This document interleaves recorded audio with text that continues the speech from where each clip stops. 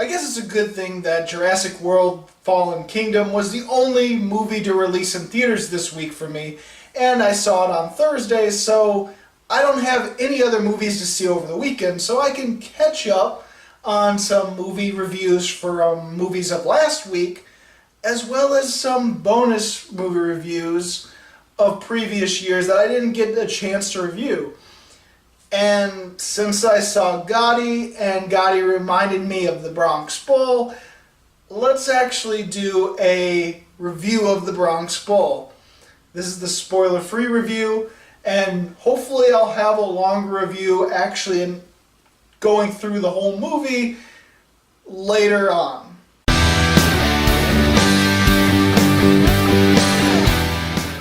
Chances are you're not going to care too much about this movie and wouldn't care if I spoiled it for you, but just in case there's someone out there that doesn't want it to be spoiled, here's the spoiler-free review of The Bronx Bull.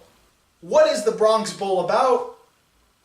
Well, the first time I saw this movie, I asked myself the same question.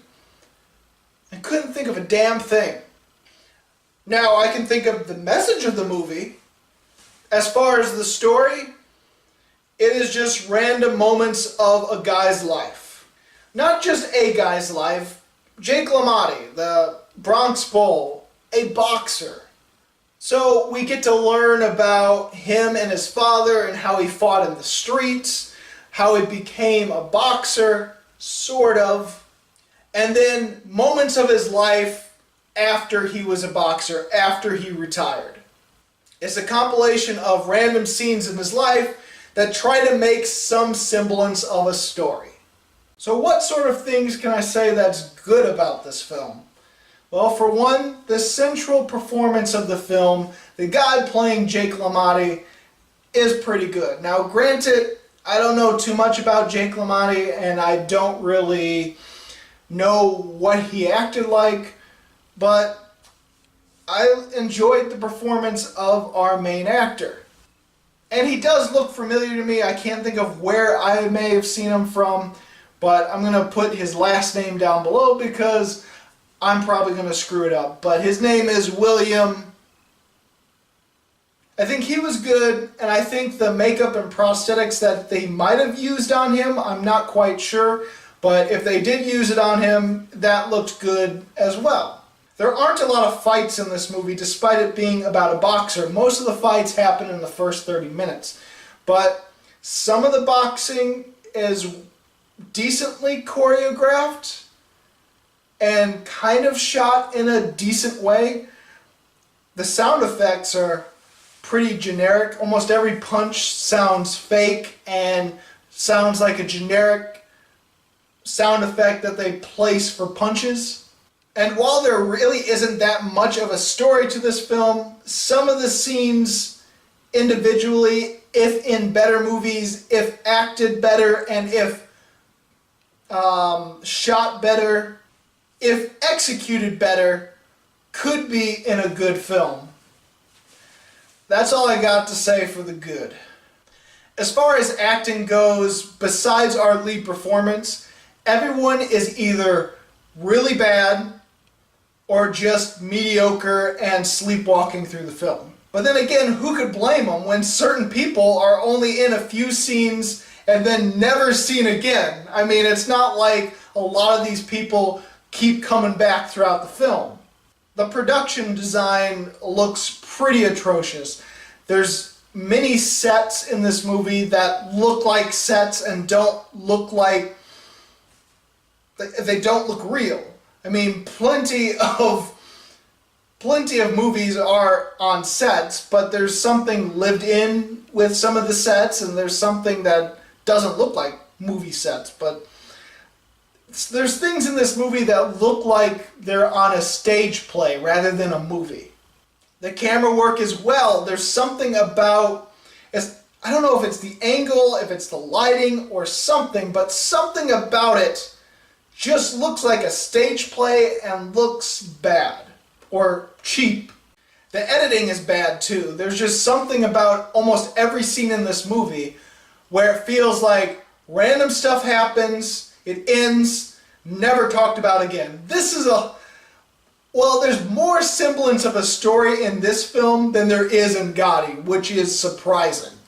But then again, maybe it's me seeing it for a second time and knowing what's gonna happen, and maybe that's why it doesn't feel as random as Gotti, but it still feels random and scenes end jarringly.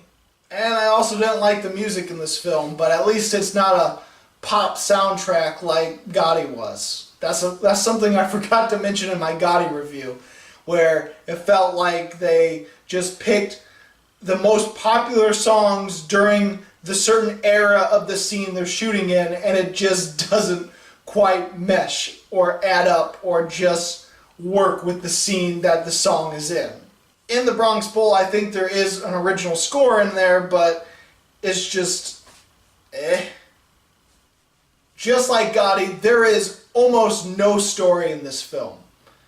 And it's hard to find a story in the film when it's just random scenes, and there's moments where it's like some scenes add and build up, but then they end either unsatisfyingly or unfinished, and then we just move on to the next plot.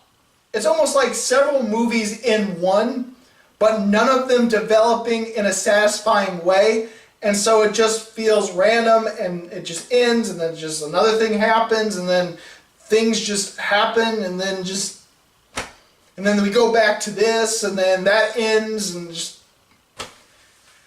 I mean, it's not messy in the sense of the timeline. It's chronological order almost the entire film, except for the beginning when it shows his past life and then goes back to the present of the timeline in the movie. It's a movie where random things happen, random events of a character, and then that's it. There's also some unintentional comedy throughout the movie that I found hilarious, and hopefully that'll be enough to do a long review of this film. Because to be honest, it's really hard to describe this film, and it's hard to describe Gotti without showing the whole thing and explaining just how messy the thing is and just how incoherent the films are. So that's why I'm going to have to do a long review of the Bronx Bull. That way you get an understanding of what Gotti feels like in theaters right now. Ultimately, I'm going to give the Bronx Bull the same score that I gave Gotti, or at least the same score I'm giving Gotti for the moment, and that is a half a star. So, did you see the Bronx Bull? What'd you think about it? Go ahead and comment below. It used to be on Netflix. It's not on Netflix anymore, at least not in my area. But guess what? You can see it free on YouTube. Someone has the full video on YouTube. You can see it there. Go ahead. Unless it gets taken down after saying this. What'd you think about it? Go ahead and comment below. If you like this video and you want to see more, please subscribe and check out my movie reviews and countdowns of previous years, of this year, of whatever. As always, this is Bruce Gifford, and this was Just My Opinion.